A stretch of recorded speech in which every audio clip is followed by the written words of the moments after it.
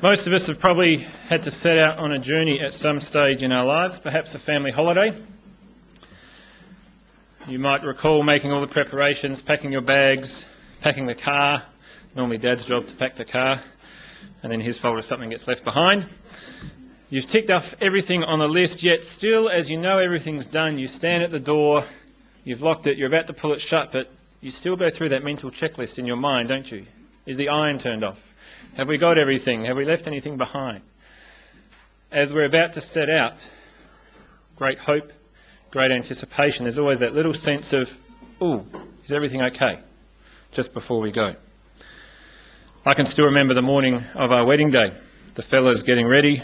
It's not that much to do really for the guys, but making sure we had the rings, that's probably the most important thing. Having a kick of the footy, as you do. But it was only getting in the car and heading off to the church that it hit me probably with the most clarity up to that point of what was actually about to happen. It's only when we get to the point where there's no turning back, I can promise you on that occasion there was no doubt or apprehension. It was only as we set off and face our destination that the journey ahead and what's ahead for us looms large in our sights, isn't it? Whether it's a journey or a major event, we've all been in a place of uncharted waters where we don't know what's ahead. A time where we've had to do something we haven't done before or go to a place where we haven't been before, unaware of what lies before us. And just like any journey, there's excitement and anticipation in those times, but chances are we've also felt a little tentative, anxious even, not sure about how to press forward, not sure how we're going to manage what lies ahead for us. How encouraging is it in those times and places when someone who has gone before us comes beside us, gives us some advice. They've been there before, they tell us of the challenges that might lie ahead. They give us some advice on how to face those challenges. Or better still, they actually take our hand and they go with us, guiding us along the way. They know the path well, their experience, their wisdom. We can trust them. We can rest in their knowledge and in their care. As we look at Psalm 121 this morning, you might like to open it up if you haven't got it open from our readings already. We're going to find that the psalmist, this pilgrim traveller, is being reminded and encouraged in the faithful care and protection of his travelling companion and ours, the Lord, the maker of heaven and earth. It's not all that long ago our family went for a walk through the Jupiter Creek goldfields, not far from where we are at Echunga. We walked around, looked down some old mines.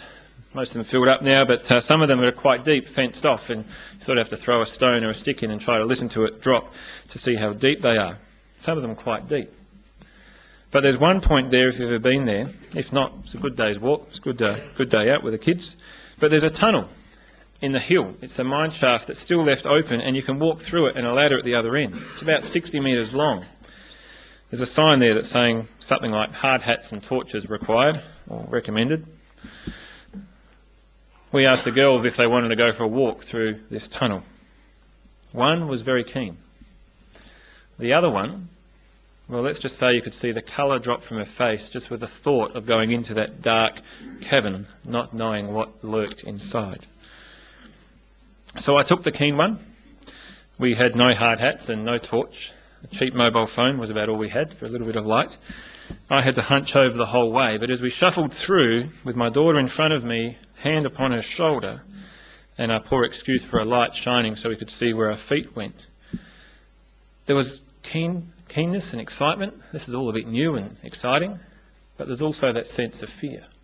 There was no way my daughter would want me to let go of her shoulder. She needed to know I was with her. Nor, being her loving and caring father, was there any way I was going to let go.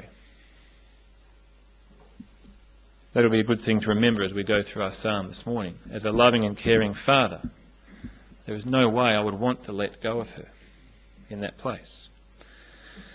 Anyway, we made it through the end and carefully climbed the ladder, popped out the top to find Bron and our other daughter waiting for us, and then guess what happens? Dad, can you take me too? Still a little bit hesitant, a little bit anxious, but knowing that someone had gone before her, knowing that it was now safe, she was actually quite keen to go.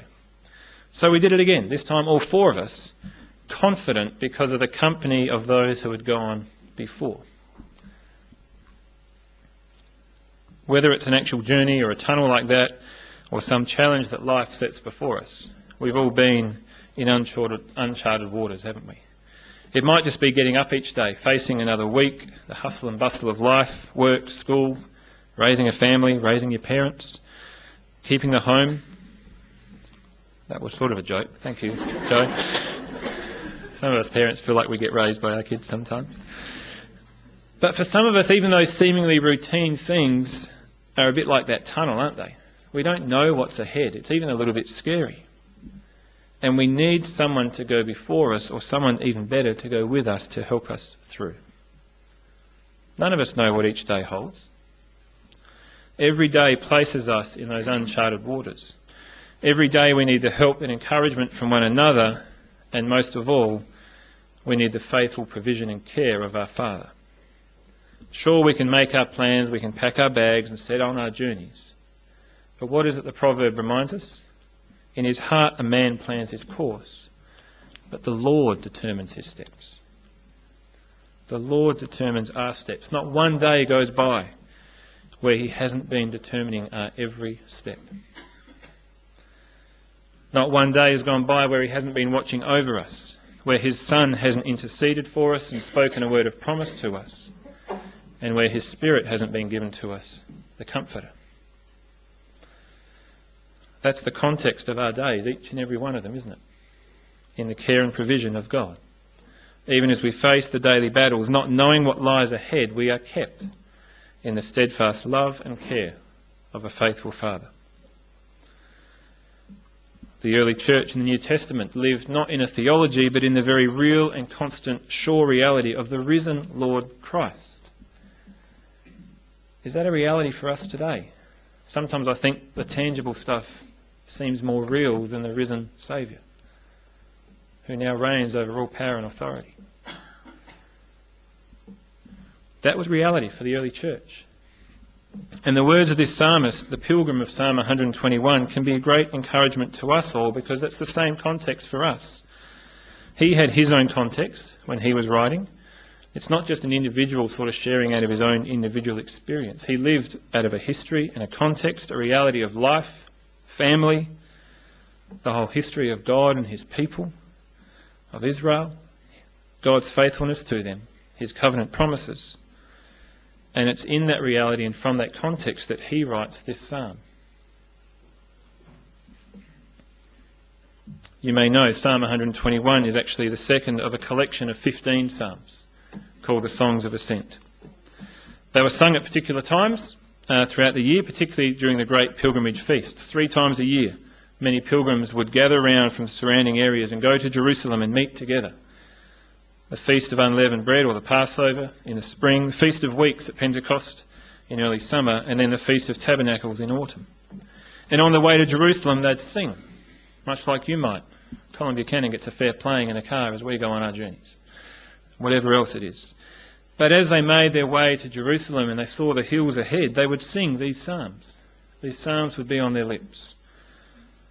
Some say they were even sung one at a time as the people ascended the 15 steps leading up to the temple. One step, sing a psalm. Another step, another psalm. The Lord determines our steps. Now, whatever their location or their use, whilst these psalms were most likely written well before they were collated as a group of the Song of Ascents, they were collated in this way for use during festival times, and in particular for the journeys to Jerusalem. Psalm 121 is very much the psalm of a pilgrim, about to make his way on a journey. And as he sets out to begin his travels, he lifts his eyes to the hills ahead, to the path that he must tread. He can't go around these hills, he's got to go over them and through them. These hills are the high places. Hector spoke a couple of times during his time with us about the mountain of God, the dwelling place of God.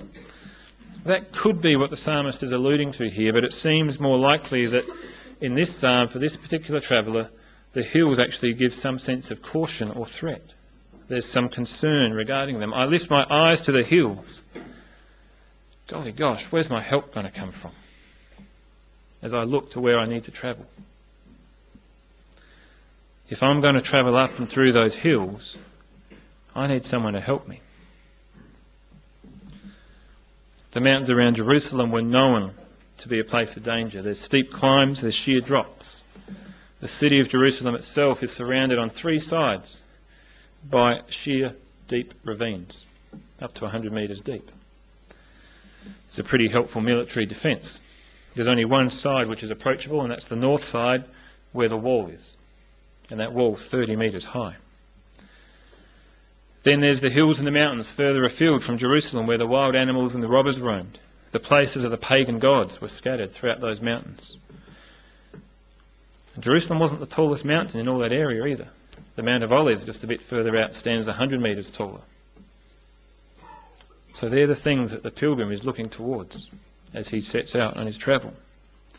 And he lifts his eyes to those hills, and his heart filled with hope, but also with some fear, looking forward to the journey and the destination ahead, but aware of the potential dangers and calamities that may confront him along the way. That's much how we make our own way through life, isn't it? Hope, together with a bit of fear, especially in those new situations. Threat versus opportunity.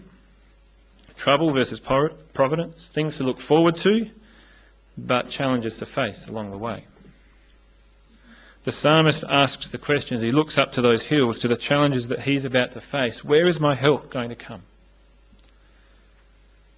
Then he answers himself. Maybe a little unsure. Maybe still a little tentative. My help's going to come from the Lord.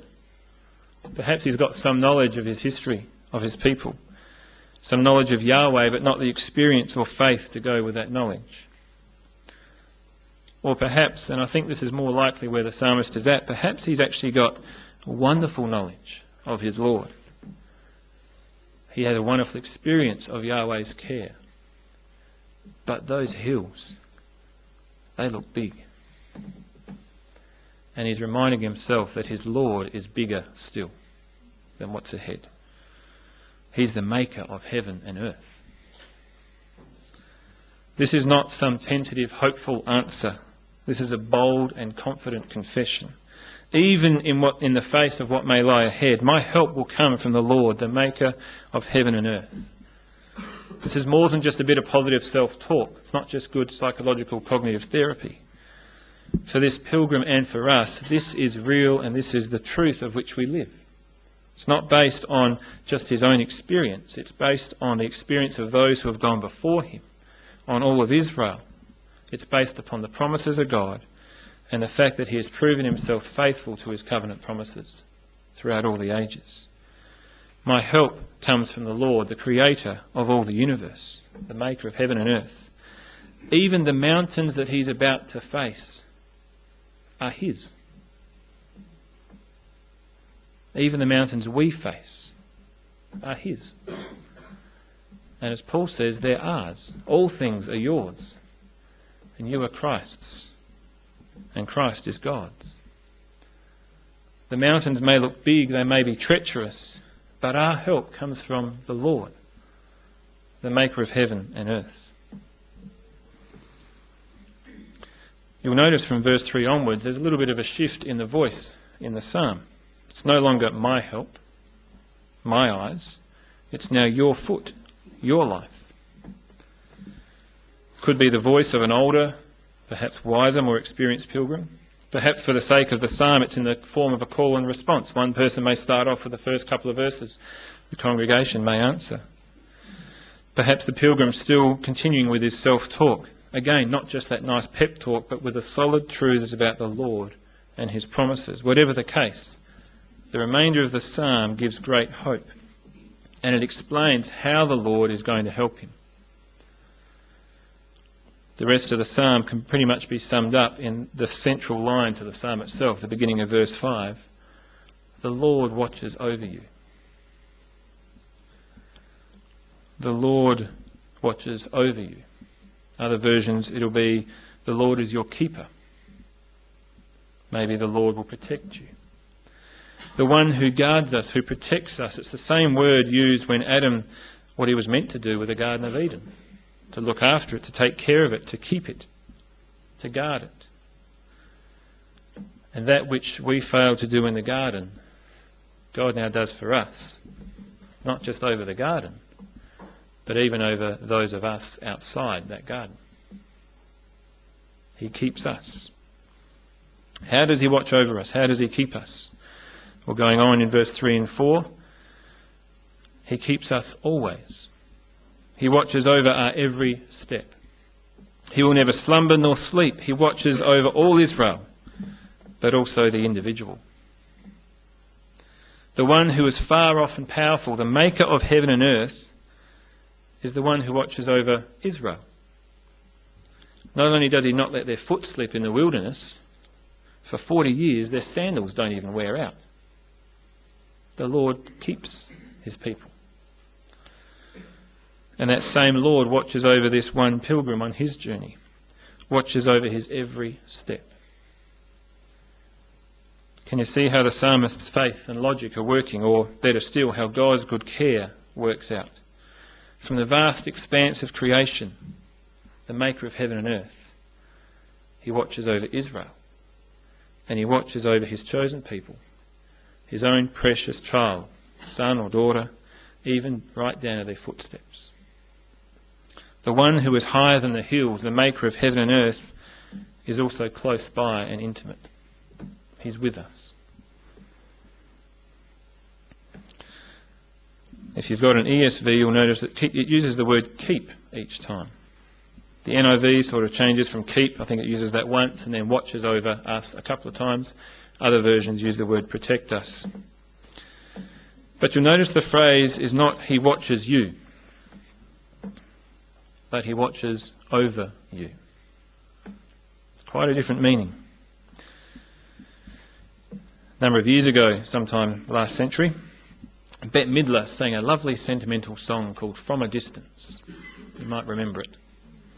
And just towards the end, as it starts to tail off, there's this little line in the back that says, God is watching us from a distance. And that's exactly what this psalmist is not saying. God is not watching us from a distance. It's nothing like that at all. Nor is he watching you, just waiting for us to slip up. I think many of us have had that idea of God before, haven't we? He's the big policeman in the sky, or the strict teacher looking over our shoulder, ready to pounce. But the scriptures don't speak of the Lord in that way. Sin and Satan, yes, but not the Lord. The Lord watches over you. He is your keeper, your guard and protection. My help comes from the Lord. He's the maker of heaven and earth. But that same Lord is the shade at your right hand. He's that close. As close as your shadow.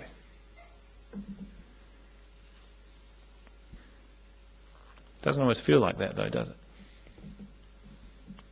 We go through times where God seems not to hear us. Where he seems to have left us to our own devices. He may as well be asleep because it doesn't seem he's keeping us at all. There'll be many of us here, I think, that could resonate with that. We do slip up, we stub our toes and we scuff our knees, or worse. Things happen in life that make us think that God is gone. He's not in control. He's not watching over anything. We only have to actually read the Psalms, some of the other Psalms, to realise that that sort of feeling, that situation is not a rare one. Psalm 69, save me, O God, for the waters have come up to my neck. Psalm 130, out of the depths I cry to you, O Lord. Psalm 6 and 13 have similar sort of thing. How long, O Lord, will you forget me forever? And we probably know Psalm 22 well. My God, says David, why have you forsaken me? Have we ever had words like that on our lips? Ever felt like the world's crashing in on us and we've got nowhere to turn, nowhere to run or hide? And God seems to be nowhere near. No help at all. Don't you care? Can't you see I can't do this on my own? Answer me, O Lord my God, cries the psalmist. I need to hear from you. There are times when he doesn't feel like he's that close at all, isn't it? Yet we can actually join. The encouragement is we can join with those psalmists as they finish those psalms. Those psalms never finish on the same note that they began. As they've been crying out to God, they've been reminded once again of his faithfulness, of his abundant care and provision. Their situation hasn't changed, but their vision has. They've looked beyond their own circumstance, beyond the hills, and can now see the maker of heaven and earth is their keeper. As they cry out of the depths of despair, as we cry out of our depths of despair, we will find that the God who lives in the high and lofty place also lives with those who are contrite and lowly in spirit, to revive the spirit of the lowly, to revive the heart of the contrite. And then there's Psalm 22, my God, why have you forsaken me? Christ had those words on his lips, didn't he? He cried that cry. He experienced that abandonment on the cross so that we might never know the fullness of that abandonment. So that we might never need be abandoned by God. With sin judged and dealt with once for all, we can now know God's watchful care and protection both now and forevermore. Nothing can separate us from the love of God in Christ Jesus. Nothing can separate us. Did you ever try to separate yourself from your shadow when you were a little kid? Try to play with a light and do tricks and jump up and jump on things and try to get the shadow further away? Try to work out the sun and the different angles and see how it all worked? But no matter how hard you try, you could never be separated from your shadow, could you? Not unless you turn the lights out. But we are those who have been called out of darkness into his marvellous light. So that's not an option. The Lord is your shade at your right hand. The same word, shade and shadow. He's that close. At your right hand, guarding your strong arm. Not much help for lefties like me. But to be honest, I'll be happy to have him on either side. He can choose where he'd like to. But God does not watch over us because we have been good and upright or because we've got a strong arm. As we heard in our first reading, it's not because we're more in number, because we're great or righteous or holy, but because God loves us. It's not when we get it right that then God will come and help us in our journey. God comes and helps those who are lowly and contrite, the least in number, the weakest. Why? Because he loves us, because of his grace towards us, not because of our merit. We've been looking through our series in Exodus, and God watched over his people in their time in the wilderness. His chosen, beloved people, yet as we've been reading, we find they're a miserable, whinging bunch of no-hopers, really. That might seem pretty harsh to say of God's people. But they did nothing but complain to Moses. They had no hope for the future. They kept looking back and saying we were better off in Egypt. They didn't trust in their Lord who had already saved them, brought them out of Egypt. But he still carried them on eagle's wings. He faithfully provided for them and cared for them right down to the soles of their shoes. Why? Because he loved them. In his grace and mercy, he loved them till the end. And it's because of that history, because of that revelation and that grace of God that the psalmist can write and encourage us with his words, with such confidence and assurance in the Lord. Because this is exactly how he kept Israel. It's how he keeps his chosen people. It's how he keeps you and me. The sun will not harm you by day, nor the moon by night. Throughout journeying in the mountains, sunstroke and sunburn would be quite a danger, wouldn't they? Probably not much of an issue for someone like Hector in the highlands of Scotland. And at night time, the wild beasts roam, the robbers are out, and the moon was even said to have certain effects on people. There's superstitious belief that it actually caused some quite serious illness. We get the word lunar from the moon. We also get the word lunacy. You've only got to ask a nurse or a doctor who does shift work, or a policeman or woman, and find out that when there's a full moon, things do go a little crazy. Statistics say it. Yet despite all that, the Lord watches over you day and night. The sun will not harm you by day, nor the moon by night. In fact, he will keep you from all harm. He'll keep you from all evil, watching over your whole life. You're coming in and you're going out from this time forth and forevermore. There is no harm, there is no calamity or disaster that is outside of the control and care of God. But it has to be said that mishaps happen along the way, don't they?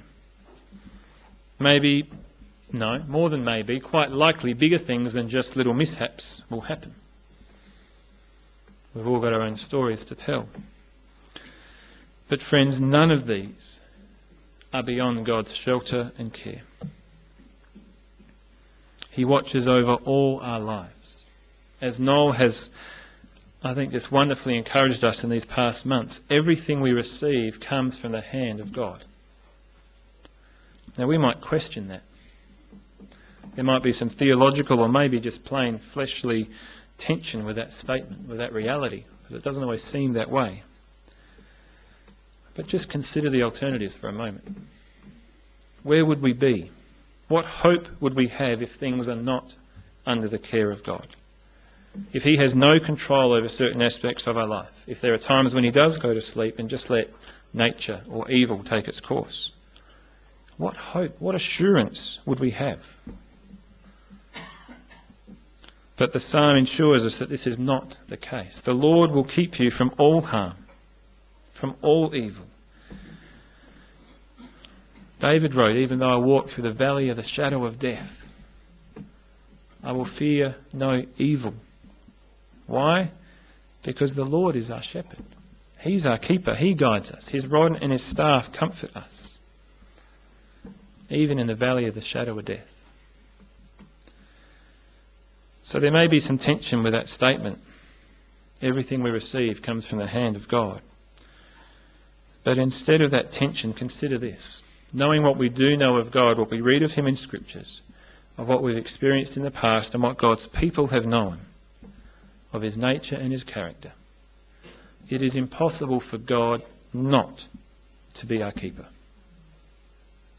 God cannot not watch over us. It's his very nature that he does. Just as for a shepherd, he can do nothing but shepherd his flock. And our shepherd is far greater than the mountains we face. Our shepherd's not just like a shepherd either. We can't look at a modern day shepherd. Don't have many in Australia, but go to other places and they're very much still as they were in Jesus' time. But God is not like a shepherd, because sometimes shepherds get selfish. Shepherds start to feed themselves and forget their flock. They might fall asleep in the warmth of the sun. I know I did yesterday afternoon. Or during the long cold nights. That happened to Israel too. Their shepherds got selfish. They failed to keep watch faithfully. But just to finish off this morning, hear what God said to Israel and to the shepherds who were not faithful.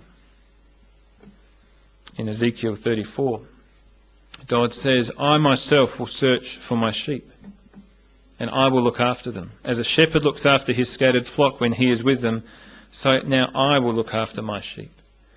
I will rescue them from all the places where they were scattered on a day of clouds and darkness. I will bring them out from the nations and gather them from the countries, and I will bring them into their own land.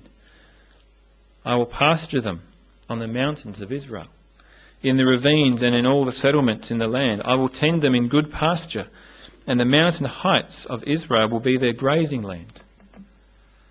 those mountains of Israel end up being places of nourishment and provision, no longer trouble and fear. How? Because the Lord God is keeping them. There they will lie down in good grazing land. There they will feed in rich pasture on the mountains of Israel. I myself will tend my sheep and have them lie down, declares the sovereign Lord. I will search for the lost and bring back the strays. I will bind up the injured and strengthen the weak, but the sleek and the strong I will destroy. I will shepherd the flock with justice. Friends, we have a good and faithful shepherd, do we not? We have the maker of heaven and earth watching over us. He is our keeper. And so as we head out today, to the rest of the week, to the rest of our lives, as we face the mountains before us, we might be weary from the demands of those mountains. The list of jobs and the things to do may seem like an endless drudgery. We might feel ourselves slipping under the weight of our burdens. And if that's the case, then hear the words of the pilgrim. Lift your eyes, not to the hills, not to the mountains of life, but beyond them, to the Lord. Yet as you do, know that the maker of heaven and earth is not far off. He is so near, as close as your shadow. The Lord is watching over us. He watches over our coming in and our going out. And He will keep us, both now and forevermore. Amen.